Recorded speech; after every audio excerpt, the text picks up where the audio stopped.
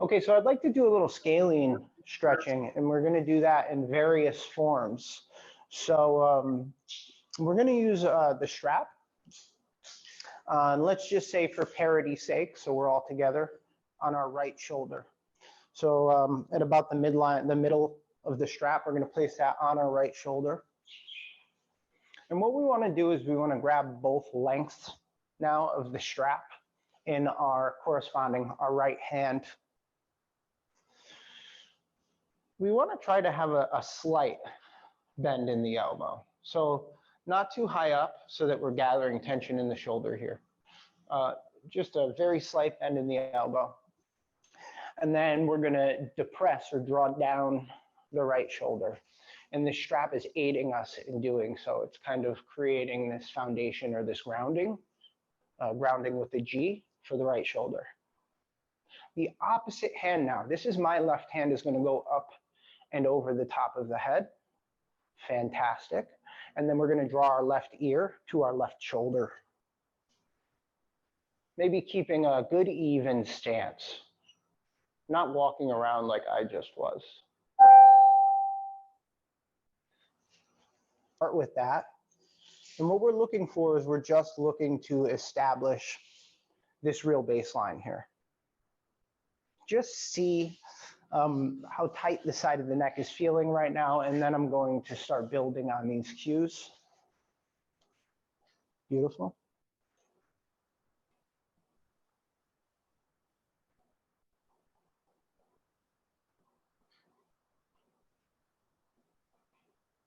Can you create length out the crown of your head, say into your wrist, your left wrist or your hand? So we're elongating the neck as we're in this, this side bend for the neck, while we're creating a grounding with the shoulder. And breathe into the upper chest and the upper back now, and you might feel the stretch enhance on the inhale. And we'll do this for maybe 2 or 3 more breaths. Good. Now we'll just reset to neutral. That's great, everyone. And we're going to take a look down at the ground, maybe just about a foot in front of our feet, and we'll work the same thing. Hand will come up and over. Keep your eyes on the ground. This time your head is forward. Left ear to left shoulder while your head is forward. Excellent. So really the breath is a major enhancer of these stretches that involve breathing muscles, especially these muscles on the side of the neck. So take these deep posterior lateral breaths, yes, through the belly, but also through the chest and the side ribs and the back. And you'll notice, because we brought our head forward, this is going more into the neck, I should say the back neck and the upper trapezius muscles at the top of the shoulder. Again, the more you could keep your weight 50-50 on each foot, the more you could keep your hips even and avoid coupling into anywhere in the body, the more you'll be able to just target these muscles in the neck. Return to center. Again, adjust your hand on your strap. There might be some sliding, or your shoulder actually might be dropping. So here we go. We're going to now look up toward the ceiling. Maybe not all the way up. We don't want to crane our neck or strain our voice. We just want to direct our gaze up and forward. Now we're going to bring our ear over toward our left shoulder again. So it's the same side. We're just looking up. Now, if you have jaw tension or tension headaches, this is a really good aspect of this stretch. Simple terms, front neck. Anatomical terms, favorite muscle, sternocleidomastoid. Right, and so this is really back of head to a collarbone muscle that actually causes a lot of compression in the neck. Any pain in the back of the neck is usually attributed, at least nowadays, to these lateral neck muscles, compression muscles. Good, deep breaths. Definitely deep breaths, upper chest, upper back. 1 or 2 more times. That's a good adjustment in terms of your view as well. Okay, so once we're back up to center neutral, let's just take a moment to assess, okay? You can use your camera for this and just see if the side that you stretched, so this is our right side, see if that shoulder in your camera has dropped at all. Maybe, maybe not. We're going to progress this a little bit. So this is really helping with this upper neck and back tension, as I've mentioned, as well as compression, cervical spine. So we're going to go to the other side now. All right. So right now we're just doing the static stretch here. Again, minimal bend in the elbow here, but this strap is helping us and reminding us and reinforcing this gentle grounding of the shoulder. This is on my left shoulder now. Right hand's going to come up overhead to the top of my left ear. Again, I'm just grounding my shoulder gently, and I'm going to bring my right ear now to my right shoulder. Okay, good.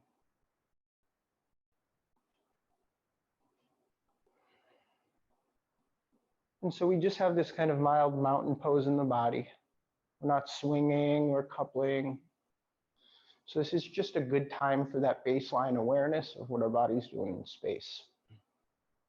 Creating that length in the neck as we create this bend in the neck. We're lifting up and away.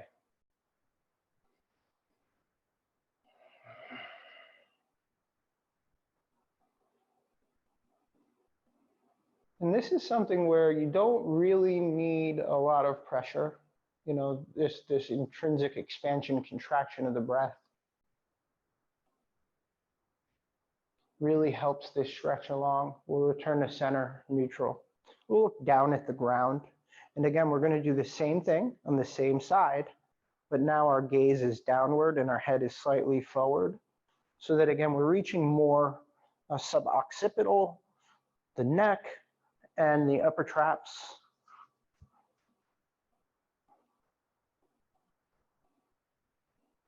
Sitting at a computer a lot, using cell phones more than you'd like. Reading books. These shoulders will tighten by habit. We tend to bunch up. Again, using the breath as a tool.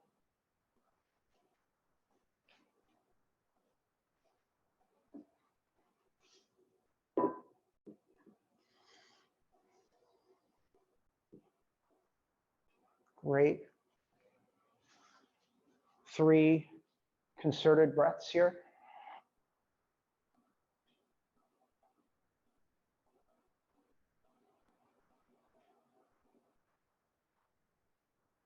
Return to center neutral. Let's direct our gaze upward. And so now we're getting this front of neck line here. Same arm, same side, same stretch, just the gaze is upward. We're directing our gaze up without craning the neck once again. Noticing maybe if one side has felt tighter than the other.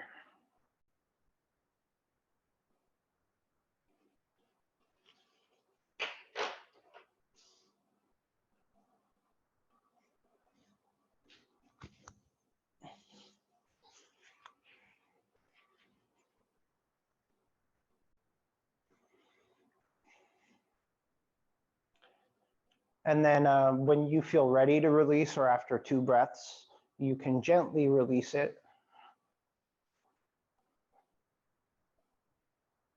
Fantastic. And so feel free to release the strap down on the floor and just take that quick post-assessment. Maybe your shoulders have evened out a little bit, or maybe this is the time where you notice that you have one shoulder that's a little more raised than the other. Yeah. Allison, I love your shake off. That's what it's all about. Yeah, boogie. So yeah, did that feel good? Give me a thumbs up if that felt good. That feel okay? Yeah, all right, that's what I'm talking about. All right, so I want to do something that's a little bit flowy, okay? It does involve these muscles at the side of the neck. If you do have a tennis ball, Feel free to grab your tennis ball now. If you don't have a tennis ball, you can do this with a closed fist. You can do this if you know where like a sock is, you know, a pair of socks that's rolled up. You can use that.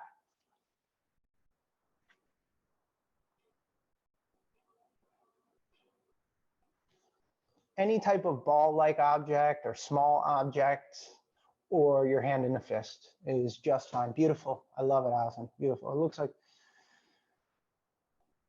man, looks like she might know where a ball is and she's just looking for it. All right.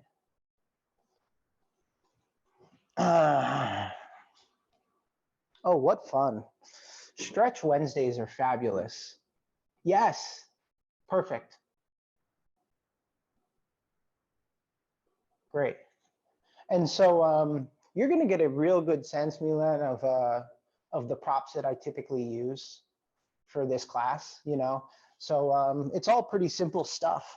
So basically what we're using this sock for is good tension, right? So we're looking to use this sock or this ball to create a radiation in our limb, namely our arm, right? And what a radiation is creating strength or integrity at the end of the limb or at a limb, and using that strength or integrity to enhance a stretch or an exercise or an action, okay? So our cue is here, we're gonna use our left arm free. It's gonna go up over the top of our head to the top of our right ear. Now, we're gonna mountain pose our right arm. I'll show you what that means quickly, is we're just going to grab our sock, we're gonna grab our ball with all 5 of our fingers and squeeze it 40%. Feel that strength in the forearm and create length in the arm. So feel your triceps muscle engage. We're making a very straight line with the arm with no bend in the elbows and no bend in the wrist. Let me see if I can. So no bend back through this action. It's like you have a ruler or a stick at the top of your wrist the whole time. So we're stretching the right neck. The right arm has the ball.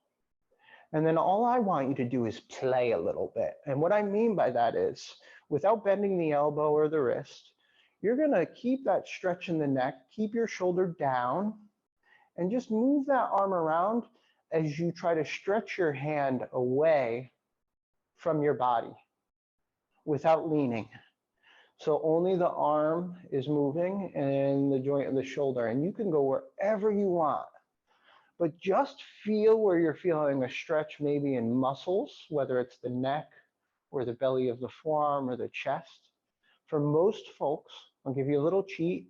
If you go behind your body, and if when your hand is about shoulder level, slightly below and slightly above, you reach out, you might get a stretch in the belly of the forearm or the chest. It's kind of in this zone for most folks. Once you get your arm up overhead, you'll be able to kind of get a sense of where your overhead shoulder mobility is. But this line is really the line where you get that wonderful stretch in the neck, shoulder, maybe the belly. That's this part of the forearm.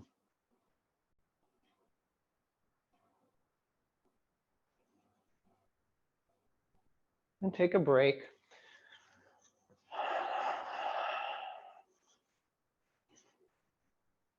So Milan, I tend to spend a little bit of time cueing and doing poses, actions, exercises in my classes. So don't feel like just because I'm still doing the exercise, you've got to do it the whole time. You know, if you're feeling tension buildup or anything weird like that, take a break and shake it off. That's always a really great thing. Right hand is the free hand. Left hand is our irradiation hand. Straight wrist, straight elbow. So mountain pose arm. Right arm is going to come overhead. We're going to create this open side in our left neck now, or in the side that's holding the ball, basically. Now, reach down, see what that feels like. Breathe deeply. See how that in-breath enhances whatever position you're in.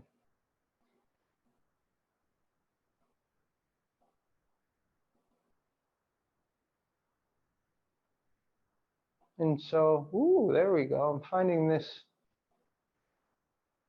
spot. Now, if you're not feeling anything, a couple things to troubleshoot. What's happening with my wrist? What is happening with my elbow? Is there still some bend in it? Is my shoulder loose and not connected to my body? This is really dealing with the fascia. Another thing is, am I not reaching through my knuckles? As if my hand is trying to run away from my body. Breathing deeply.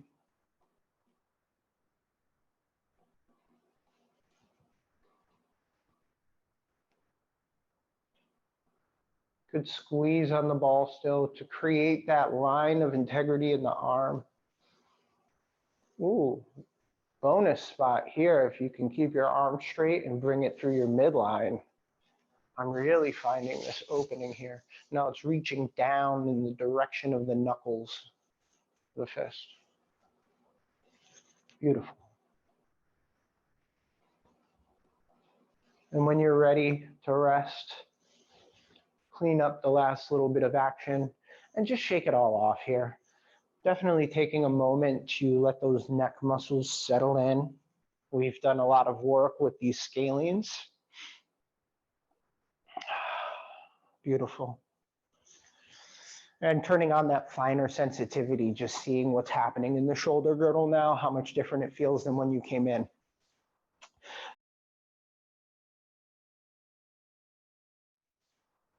So I think what I want to focus on now is strict shoulder cars. So we were just playing around. You already did a shoulder car, right? It's a controlled articular rotation, a circle, yeah?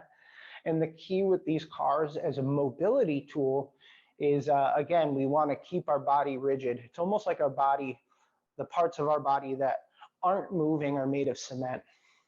The part of our body that is moving, it's almost as if it's moving through thick air. So there's some, it's not isometric because it's moving, but there is some movement here, but it's this thick movement. It's like you're moving through creme fraiche. Yeah. And so couple just, we'll call it rules or guidelines. We don't have to do it all at the same time, but when your arm is going in front of you, you want your thumb up. It's like you're giving someone a thumbs up, person in front of you. And you want to try to get your arm past your midline as much as your shoulder will allow. And then the other thing is when the arm is behind you, then you want to try to give thumbs down. Okay? So arm in front of you, it goes across and thumbs up. Arm behind you, it goes thumbs down. Okay? We want to keep a straight arm. We want to keep a straight wrist. Okay? Whether or not you like to start the circle forward or backward or forward, I'm not going to be picky about that. Again, standing, feet even, knees even, hips even, heads of ribs even, shoulders even, head not swaying. That's the key here, okay? So let's begin. Imagine you have a soccer or tennis ball in your free hand. Your rotating arm has the tennis ball in it, you're squeezing it. We're gonna bring it up any direction you want, start that movement, and then when it goes behind you, the thumb side goes down. Now what we're trying to do with this is make the biggest circles with our arm that we can without moving our body a whole lot and without feeling pinching in the shoulder joint. So this is a slow, thick movement.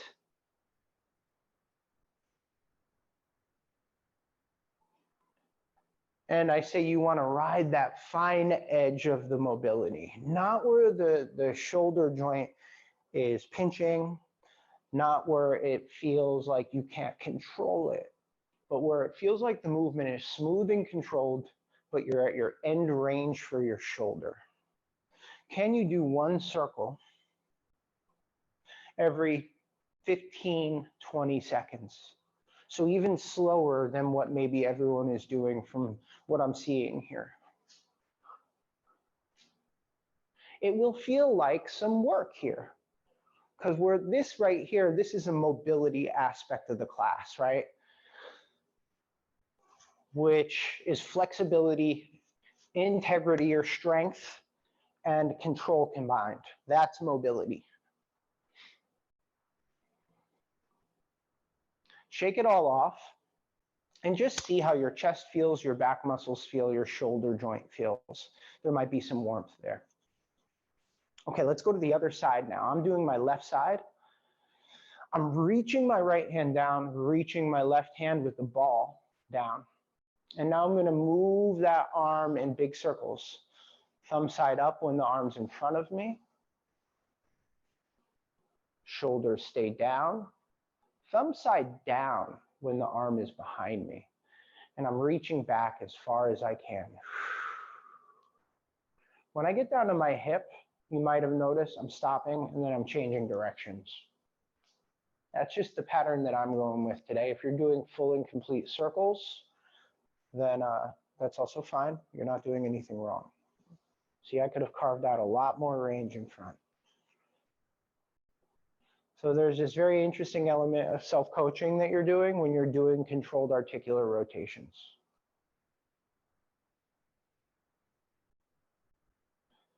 Yeah. Milan, you know what I'm noticing on the arm that is circling? Try to watch yourself in your small square, if you're using a small square. Try not to turn your shoulders or twist your spine. The arm is the only thing that's moving. And it feels like, what is this? But we're really creating the strength in the shoulder capsule. You got good range of motion in your arm there. You look great. So you don't need to move your spine to make big circles with your arm. Yeah?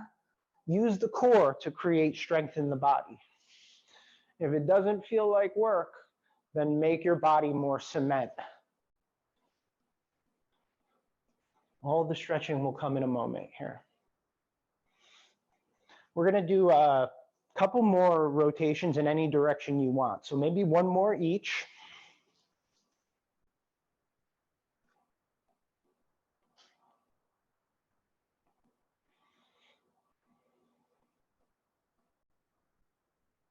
Great.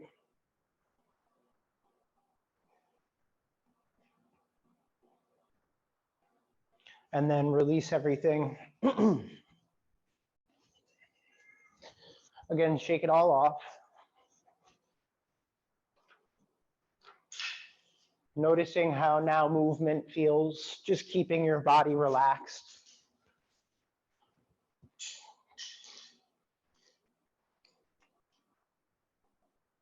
I think there are 13 of those that are kind of maintenance cars that are meant to be done every day.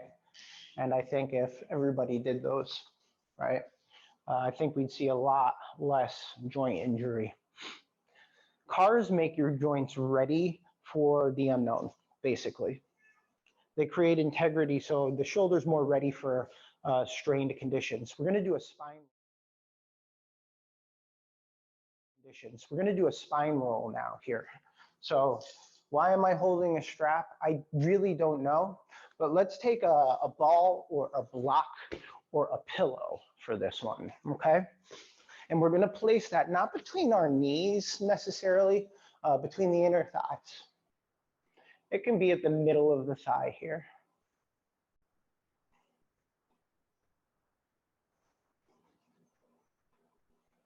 And what am I trying to do with this prop here?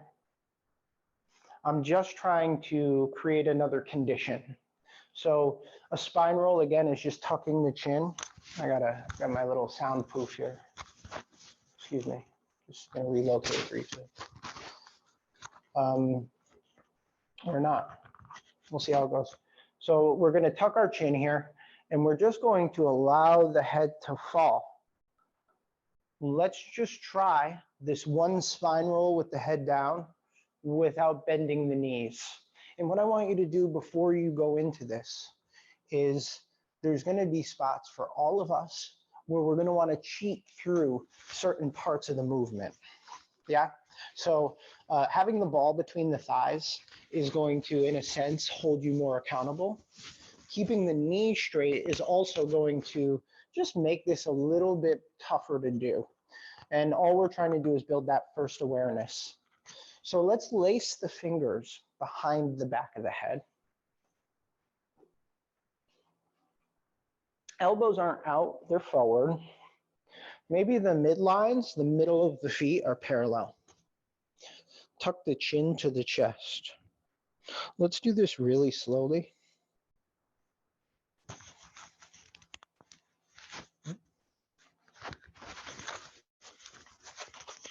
Breathe into the upper back for now. It's usually the upper back where people lose this segmentation.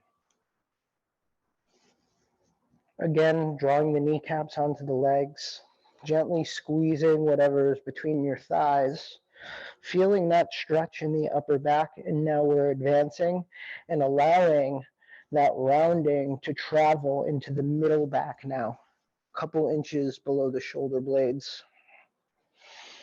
Here's also where it's going to get tricky. How do you round the lumbar spine with straight legs? You really have to connect to the core. So this is going to feel like work in this range of motion. Now, as you roll down, just let yourself kind of transfer into a front bend as you continue to reach your middle back up toward the ceiling. I'm trying not to crush my microphone. You might want to open your elbows or move your elbows if you can come down a little further. If you get to the point where your elbows get in the way of your legs. If not, just sit at your bottom range.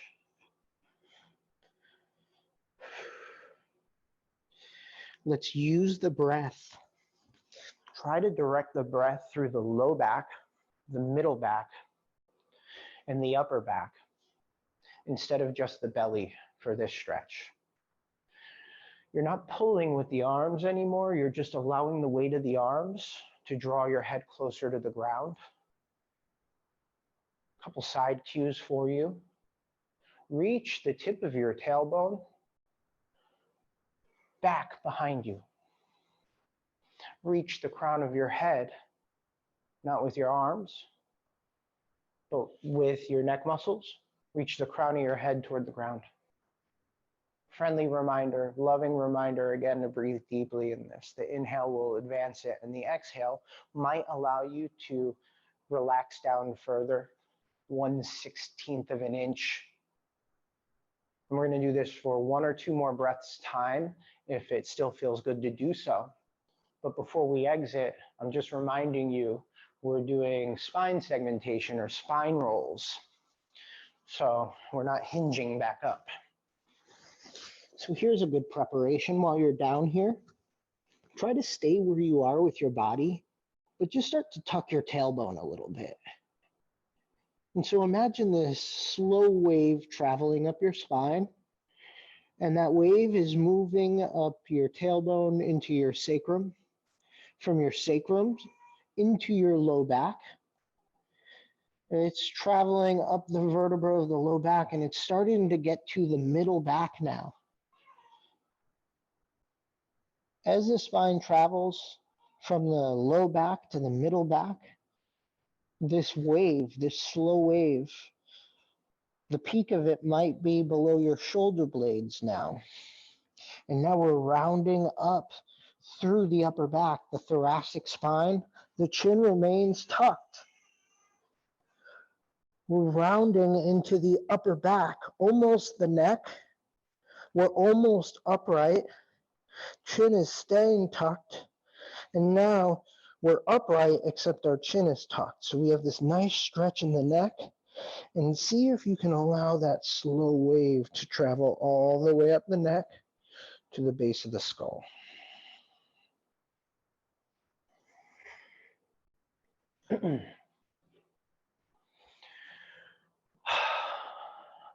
That feel okay for everyone? Yeah? So here's the deal with that is Spine rolls to me are the gift that keeps on giving the more you do them. So when I first got spine rolls, I was like 10 or something like that. And they were just virtually confounding to me. I was like, what is this doing? People are just bending over and standing up. But if you take a little time, I'm talking just a minute each day to do these, you're going to find that you have a lot more control over stacking each vertebra, and it feels so good on the sides of the spine. So let's do this just one more time. Let's can the ball. And now if you need to bend your knees, right, or if you need to widen your feet a little bit, you can do that. You could take a wider position. Lacing the hands to the back of the head. My elbows are coming forward. And now I'm tucking my chin. And I'm really feeling that rounding in the upper neck. And I'm really taking about 15 seconds to let that slow wave travel down the back of my neck. So that rounding is commuting down the back of my neck until my chin is at my chest. Once my chin is at my chest, I can start to round right through the upper back. So it's almost as if you're reaching your chest behind you in order to do this. And slowly but surely, at your own time, this spine segmentation or spinal articulation is moving forward at your own rate. Don't forget to breathe deeply. If you need to soften your knees, now you can, and this will help you round through the back a little bit more, especially in the lumbar range. Slowly traveling down more and more until I'm at about my sacrum now. So that just gives you an indication of the pace. Chin is staying tucked. And then there comes a point where you can allow your body to relax once your spine is rounded fully. Take a second here in this standing forward bend. You could take your ankles or the backs of your legs if the mood comes over you. You could take your toes if that's a custom for you.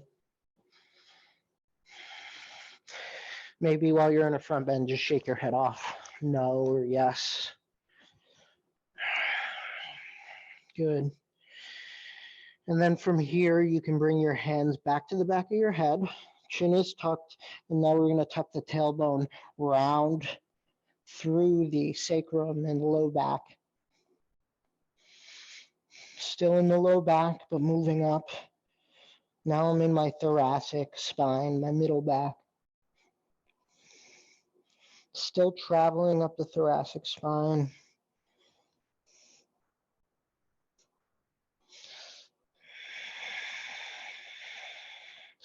Now I'm starting to get into my cervical spine. That's my neck. My chin is still tucked. I'm just lengthening the neck. Now my chin is leaving my chest and my head is upright. Excellent. Okay. Okay. So we've gotten a lot of mobility stuff going here thus far, save the scalene stretch. I want to move into just an absolutely delightful Psoas stretch. Do we all have a chair that's nearby that preferably doesn't have an arm? If you don't, you might be able to sit on a couch for this one, but I'll show you and maybe you can improvise. Excuse me, bear. My bear cat is on my chair.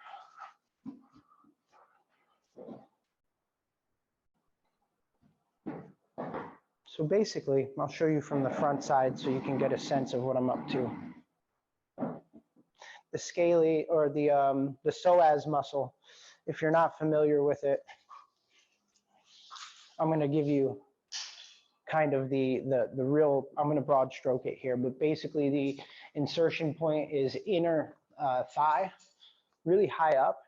And then this muscle kind of starts on the inside of the femur bone, travels up over the iliac crest, the hip bone, and then it goes from the front to the back of the body. and then these muscles insert along the lumbar spine area, right? And so these muscles go front to back, they go top to bottom, and they shorten when we cross our legs or when we sit in a chair. So they're really easy to shorten, but they're very difficult to lengthen.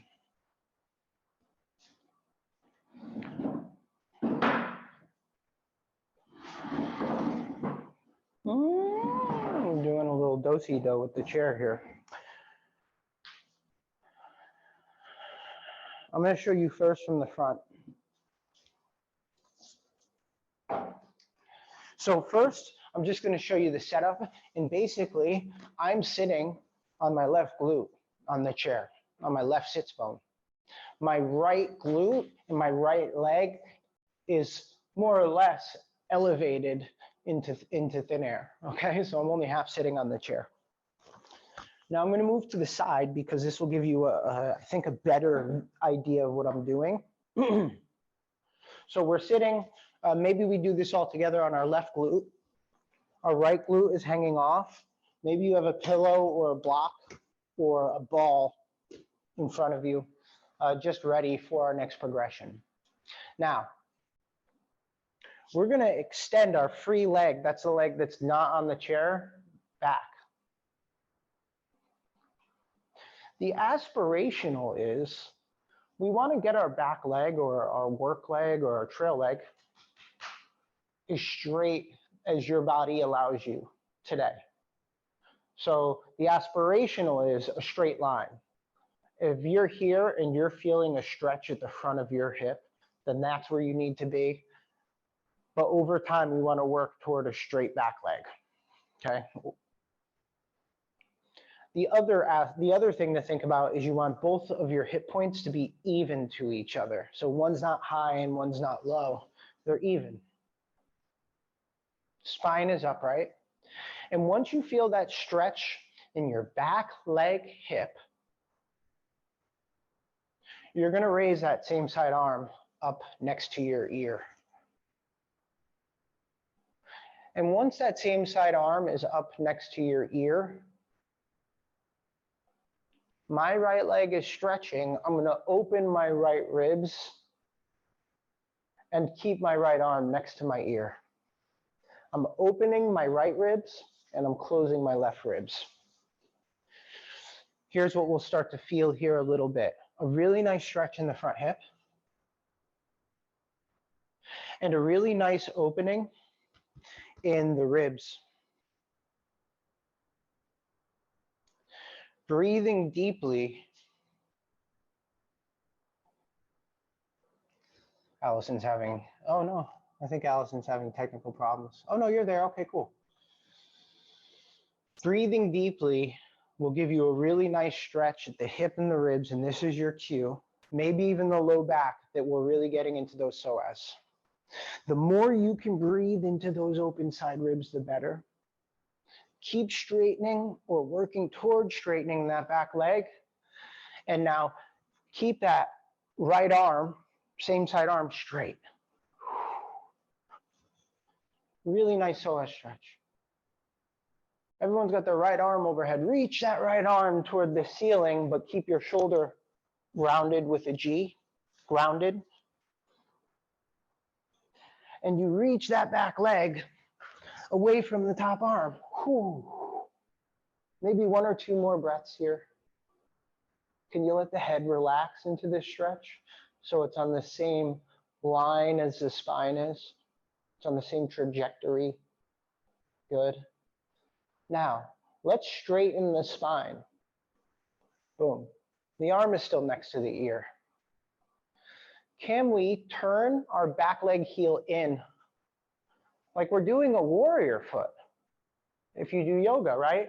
So now we're in this warrior position with the feet. The toes are out. The heel is down. Energize your back leg as much as you can. Let's get our front leg in a 90 degree if it's not. Good. And then you're going to take your left arm and place it on your knee. And then you're going to reach that right arm far away from you as you ground the shoulder. My right hand is reaching away from my right foot. Right hand is reaching away from my right foot, and vice versa.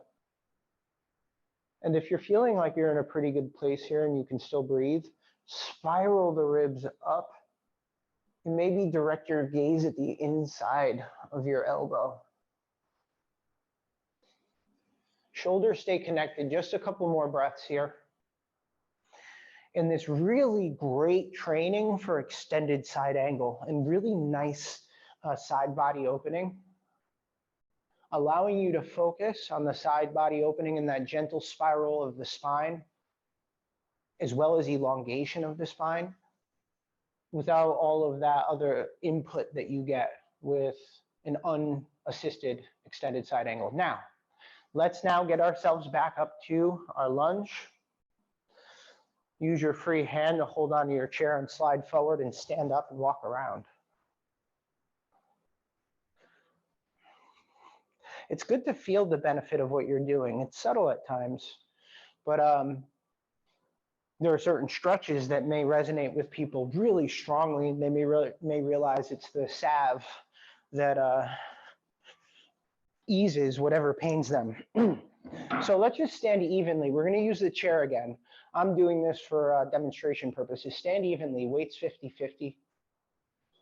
And just notice, here's a real subtle thing to notice, is that side that you stretched, that's my right side, does it feel like maybe there's more of that foot pushing into the ground than the left?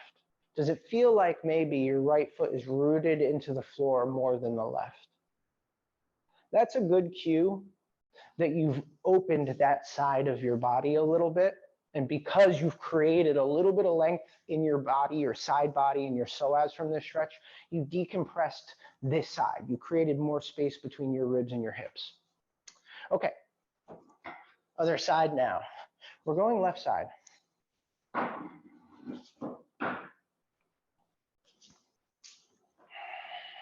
This is essentially a high lunge.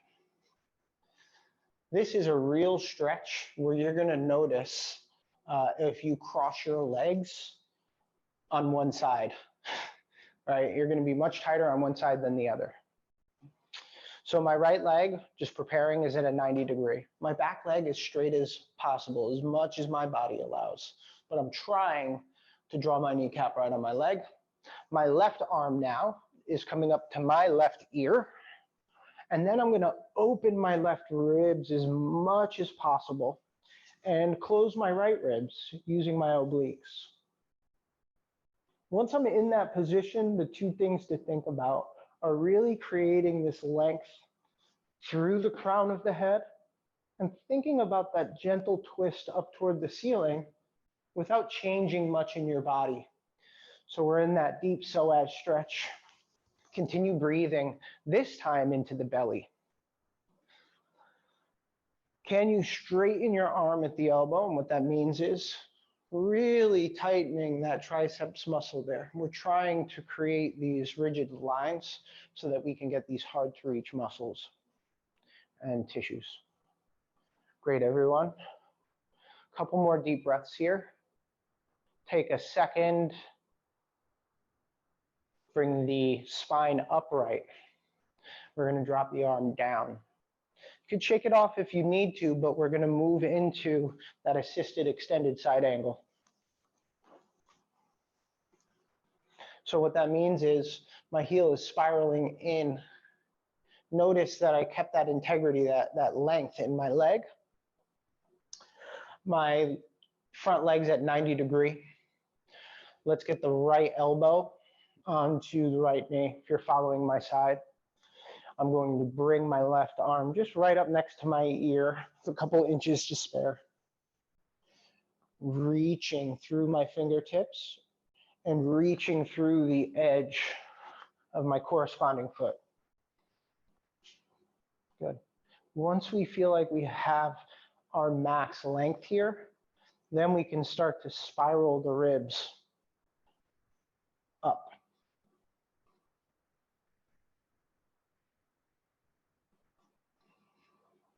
Imagine these abdominal muscles wrapping around the waist.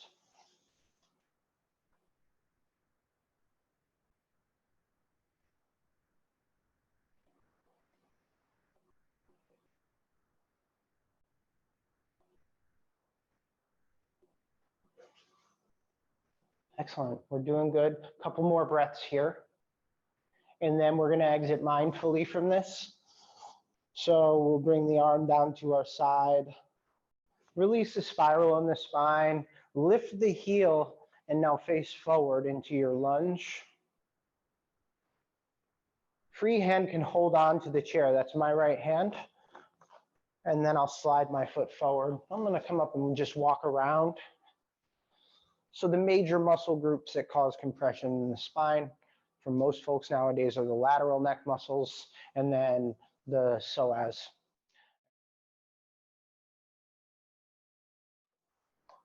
I'll demonstrate a spiral position. Basically, again, I'm speaking in aspirationals. We want to try to keep 90 degrees. I'll say my front leg is my left leg, this side. It's a 90 degree in the knee. The sole of my foot is at my midline. So I'm basically doing Baddha Konasana with this leg. Now this leg is, again, the aspirational part. It's gonna go behind me. Maybe not a 90 degree, maybe a little bit tighter with your foot pointed. If you can do this, do this. If you can't do this, your knee, your ankle, something doesn't feel right or feels pinchy, use a pillow beneath you, or a block really works because this lifts your pelvis, gives you a little bit more room for this position. Good. I'm gonna take a look-see at everybody here. Okay, good. Great. Then, did you just change your angle? That's a good angle. I can see you really well here now. So everyone looks like they got it. Allison, how you doing there? I want to just check you out. I don't know. I get like a cramp. Crampy is okay. Now, here's what I say about cramps. Don't sit through them. You know, if it starts to cramp up, mobilize a little bit. What do I mean by that? It doesn't have to be something strict. Just move that, come out of it, move the knee, and take your time to go back into it. Okay. No, it's in my hip, so maybe I should just do it less angle. That was going to be my other thing right there. But yeah, just go on a lesser angle that feels manageable and comfortable, because I'm going to put you in this position, but you know I'm going to have you do something while you're in it too. I know. So. Okay, good. So for most of us, we don't do this often. It might feel like it's going to take you a second to find some comfort here. And then once you've eased into it by breathing in through the belly and the back and trying to find some length in the spine, like you're meditating or sitting on a chair or in a yoga class, then I'm going to start to maybe introduce the idea of rooting your sitting bones evenly on your block or your pillow or your chair or whatever you're on, or the ground. You're not going to be on a chair for this. That would be impressive. So what does that mean? That means if you're lifting a hip and kind of your spine is side bending, we want to ideally try to get our pelvis even horizontally, our shoulders also even. Good. So will cramping potentially happen in this position? I would say that that's a moderate to hard yes. So you just come out of it lightly, hit it, open it up, mobilize it. Okay, a couple things to think about now. We're just going to work a couple of actions here. If you have another free block or a pillow or a ball, you can use those by hugging them. The other cue that I often give is just give yourself a really tight hug. Either way, that's fine. Now what we want to do is we want to root our front foot into the ground. So we're gently driving that foot into the ground. We're going to try to keep our spine straight, and we're going to hinge forward at the hips. We're going to hinge forward at the hips. Maybe not go really far down, just where you start to feel that stretch in the hip. Gentle pressure, foot into the ground. And then we'll just press the foot into the ground to come back up. Simple action. And then let's say take an inhale. Exhale, forward and down. See if you can go maybe just a tiny bit further forward. Inhale back up. And so we have a spiral position here. Forward, a little further. Inhale up. One more, forward, a little bit further. Inhale up. Good. So let's now just take our bodies back slowly, using our arms behind us, trying to keep both of our sitting bones rooted, and we're just looking for that opening to travel maybe to the front thigh or a bit more the hip flexors. Good. Walking yourself back a little bit more. So this is just kind of a passive stretch here, keeping the core connected. I'd say breathing into the low belly and low back here will really inform this stretch quite a bit.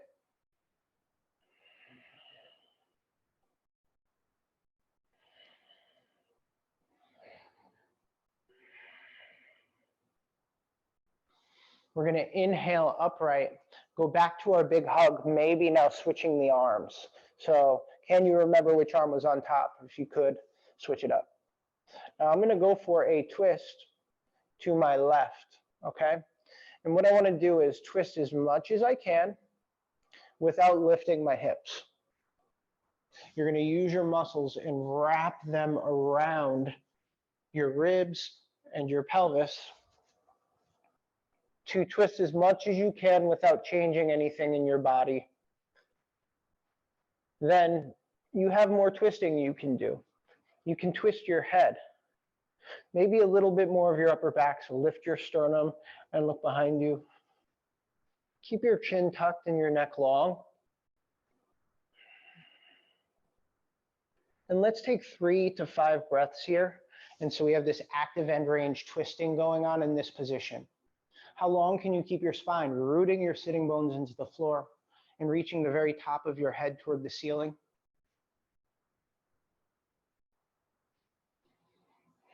Not a passive twist, a fairly active one. One more deep breath.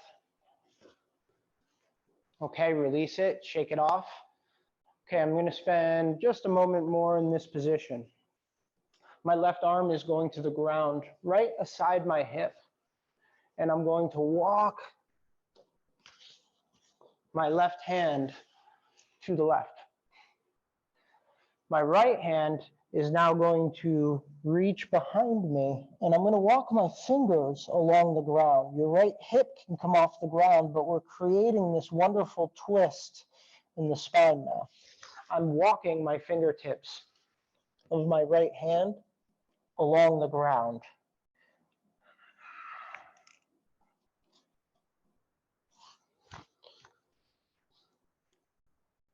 Good. Breathe deeply into the upper back and the rib cage, the side ribs.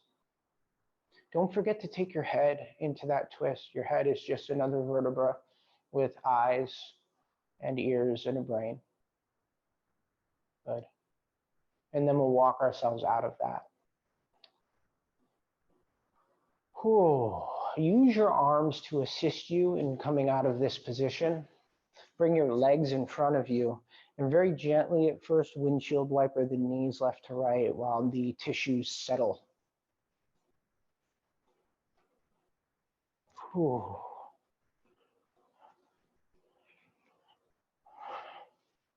Okay, so we're going to now switch our spiral. For me, it's my right leg that's in front of me now. The sole of my right foot is right in the midline of my body. My left leg is going to tuck behind me. And so now really working to evenly root both sitting bones on the ground. Now I'm going for that big hug. This is just helping me kind of create structure, ground my shoulders a little bit more, and help keep my spine straight. Let's inhale and lengthen the spine. We're going to exhale and take that kind of searching, that probing fold forward at the waist while we try to ground both of our hips. So this isn't the lowest we can go by a long shot. It's just what's a comfortable range for us in that exploratory way. Good. Now we will come forward just a little bit more. I love spiral because it's external rotation one leg and internal rotation another leg.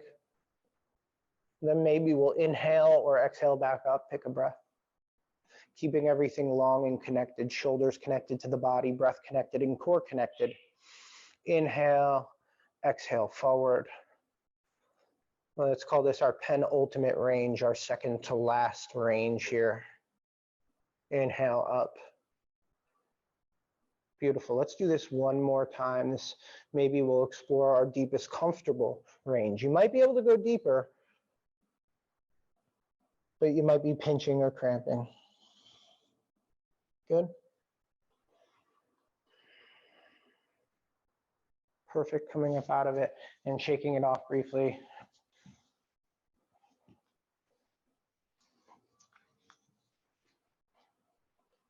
Returning to position. We're setting up structure in the shoulders. We're keeping the spine long, and then we're going to twist to our right. Working our best to evenly ground the sitting bones. Here's how we twist. Sit bones, sitting bones are rooted to the floor. What I like to do is inhale, expand through all of my ribs and my belly. While I'm doing that, I'm lengthening through the top of my head. And then when I exhale, I try to twist a little bit more using my muscles, my core muscles, muscles of my back. Inhale, elongate the spine. So that might take you out of twist just a tiny bit. Expand the ribs on the inhale. And then on the exhale, recommit to the twist. This active and range twisting, we're using the musculature to help drive this twist.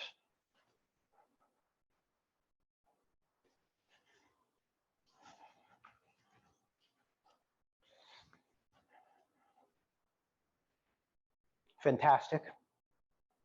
Come on out of that. I think everyone, good. When you're out of that, right hand, if you're following me, is going to the right side on the ground. And then, so it's your front leg, hand is going to the side, and then you're just going to walk it out. So you're kind of really leaning pretty far out here, as much as you can with keeping some awareness in the spine. Now my top hand is my left hand, and I'm going to reach/walk the hand behind me. And what this is going to do is generate this kind of passive end range twist. You're going to notice my left hip is off the ground. And that's okay for this aspect, this passive end range twist. While you're doing this, can you keep your spine long? Can you breathe into the entirety of the rib cage? And if you're feeling a bit of a stretch in the low back or anywhere in the body, can you try to direct breath into that spot?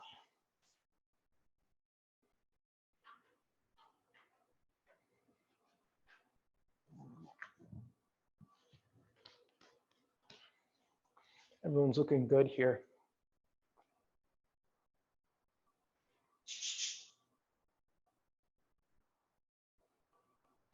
Okay, and then we'll walk our hand out of that. And then we'll use our grounding hand, that's my right hand. Just walk that back up to upright position and come out of that spiral. Or what I call a short pigeon. I call it a short pigeon position. Like my parakeet Hank. He's kind of a short pigeon. So,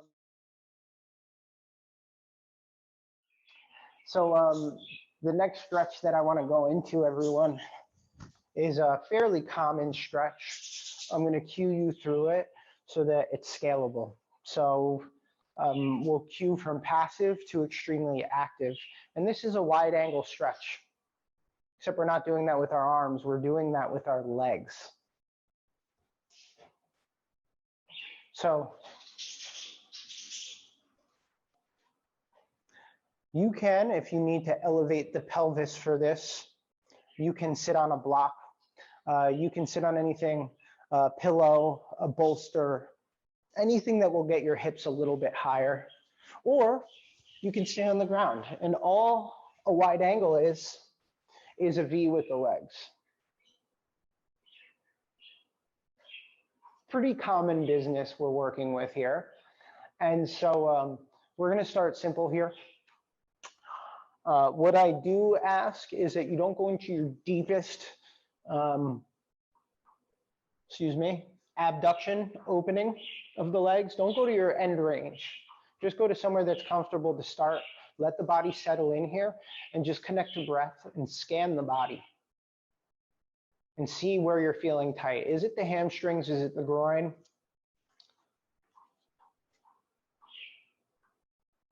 Are the shoulders feeling crowded? Can you lift the top of your head away from the floor and tuck your chin? And let's just walk the hands 6 inches more or 2 inches more if you feel like you're tight in these areas. We're just going nice and slow here. Flex your feet now. So we're scaling up a little bit. Moving forward is just one way of deepening this stretch, but there are so many other ways of doing it, one of which is flexing, not pointing, but flexing the feet, pulling the toes toward the body so that we're lengthening the back of the legs. Another thing to think about is reaching the heels away from each other. So we have this oppositional reach going on, and that's kind of an energetic, right? You're directing the energy out your heels. The breath directed into the belly and the low back will enhance this stretch a little bit. Again, keeping some sound alignment in the shoulders. And for this, work to keep the sitting bones grounded, but if your hips are starting to roll forward, that's okay too. Just make the awareness of reaching the sitting bones into the ground.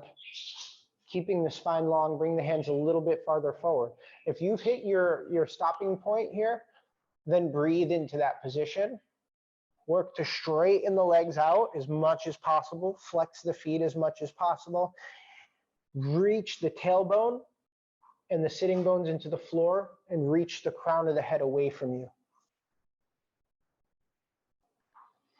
If you're ready to come a little bit more forward, come more forward. Now at this point now, if you're where I am, in order to kind of get here, you have to have a certain amount of opening in the legs.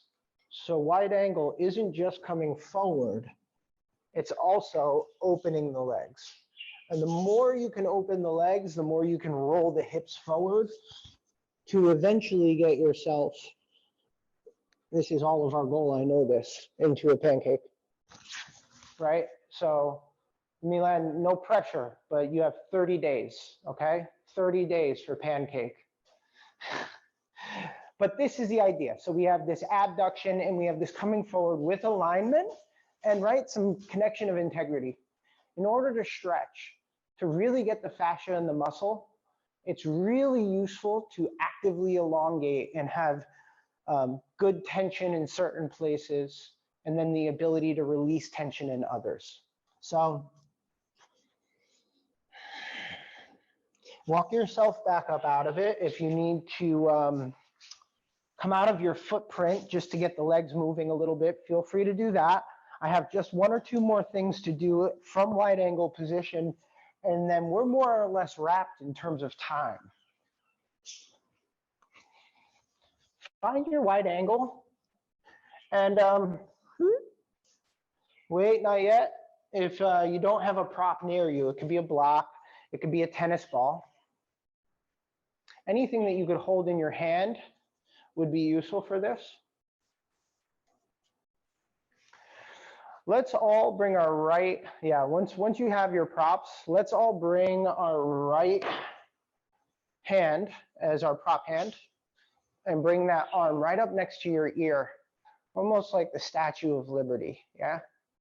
And then you can place your hand on the ground if you feel like you need the additional support, or you can place your hand on your hip. But what I'd like you to do is open your right ribs and close your left ribs. You're hovering your body over your left leg. Sorry, the appropriate thing to do if you can get pretty far is take your free hand and bring it to the front of you. Now look, my shoulders are stacked here and my chest is opened.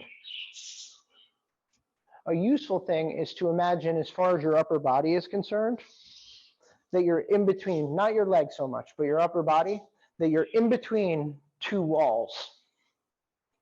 So you can't go forward or back. You can only go to the side. And so once you get to your furthest point, you're going to, just like we're in extended side angle, spiral your spine. Look up toward the ceiling with your eyes and your chest. Reach your top arm away from you and reach your opposite leg, excuse me. If your right arm is next to your ear, reach your right arm away from you and reach your right leg away from your right arm. Excuse me on that cue, sorry. So we have a side bend, a wide angle stretch, and a bit of a spiral in the spine too. Come up to center. Object will go in opposite hand. For me, it's my left hand, everybody. Yeah, good. Before I do anything, my spine is stacked.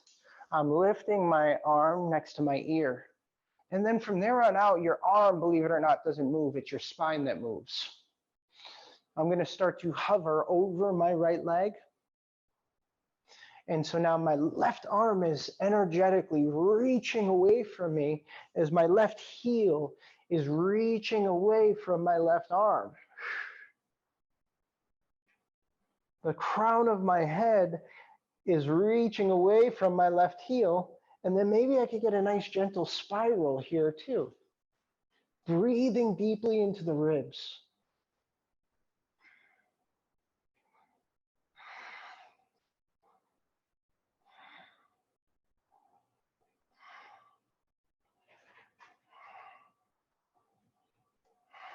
And then we'll inhale, stack the spine. If you want a couple more breaths there, you can do it. Bring the arm down if you're coming out of it. And then just one or two breaths, just come forward, even things out.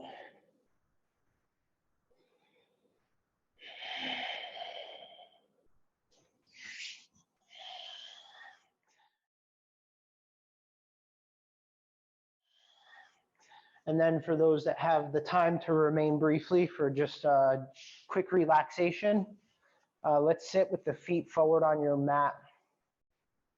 Feet at the front of your mat, so you have space behind you.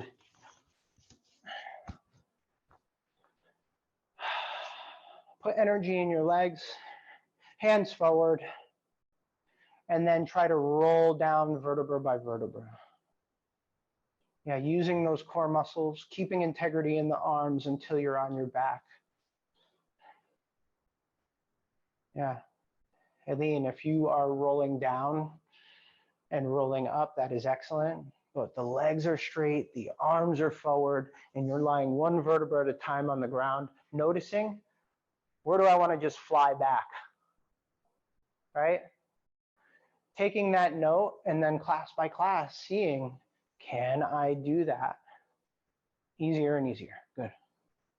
Once you're on your back, just lay down for a moment.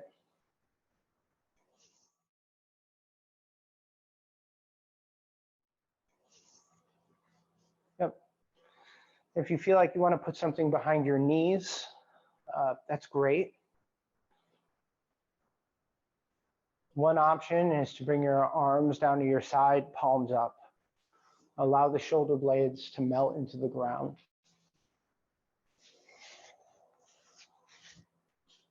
Yeah.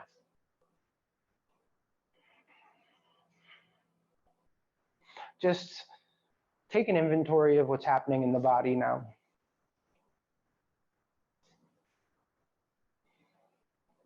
Where there might be a sense of liveliness, where there might be a sense of ease, and where there might be some tension still.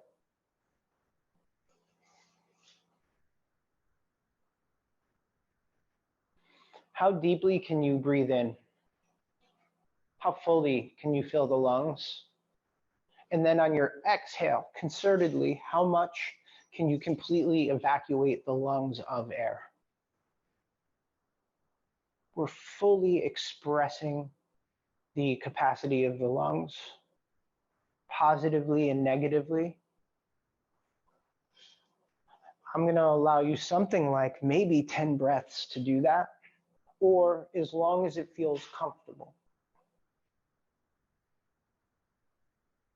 You're on your backs.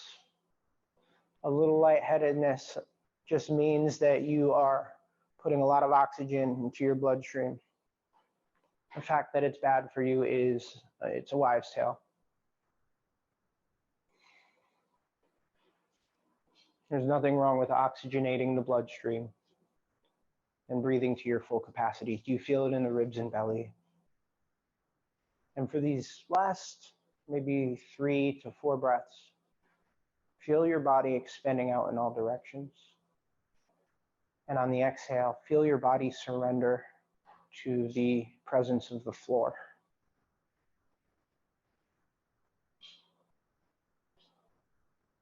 Allow the parts of your body that are lifting away from the floor, the low back, the backs of the knees,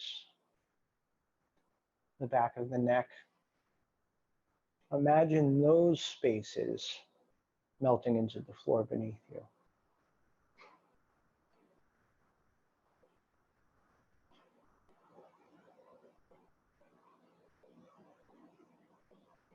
Moving your awareness into the skin of the palms of your hands and your fingertips. Allow those spaces to melt into the floor beneath them.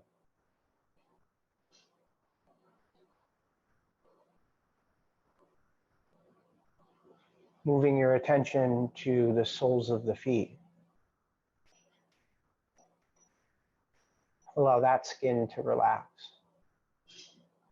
Allow the arches to ease and release their grip. Allow the tops of the feet to ease and release their grip. And imagine the metatarsals, the bones of the feet, spreading with ease. And then finally, just bring your attention to the musculature of the face and the finer musculature of the crown of the head. And just see if, for the last few breaths, you can allow that scaffolding or that musculature to also release.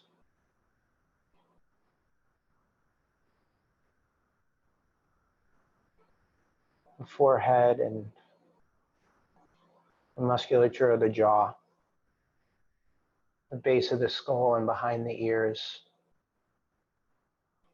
the eyelids, and where the eyelids meet the bridge of the nose, the tongue, the roof of the mouth. And then we'll just bring movement into the fingers and toes. Maybe circle the hands and the feet and bend the knees, flatten the feet on the ground. Windshield wiper the knees left to right. Big yawn and stretch while you're down there might feel good, so I encourage it. And then usually I tell you to roll on your favorite side, but I'm this time going to tell you to roll on your least favorite side. And hang out there and see how it feels to lay there. Is your least favorite side opposite your dominant hand, or is it the same side as your dominant hand? What does that mean? Take a deep breath. What does that feel like? Is there less restriction? And then gently press yourself up as relaxed as possible to a seated position.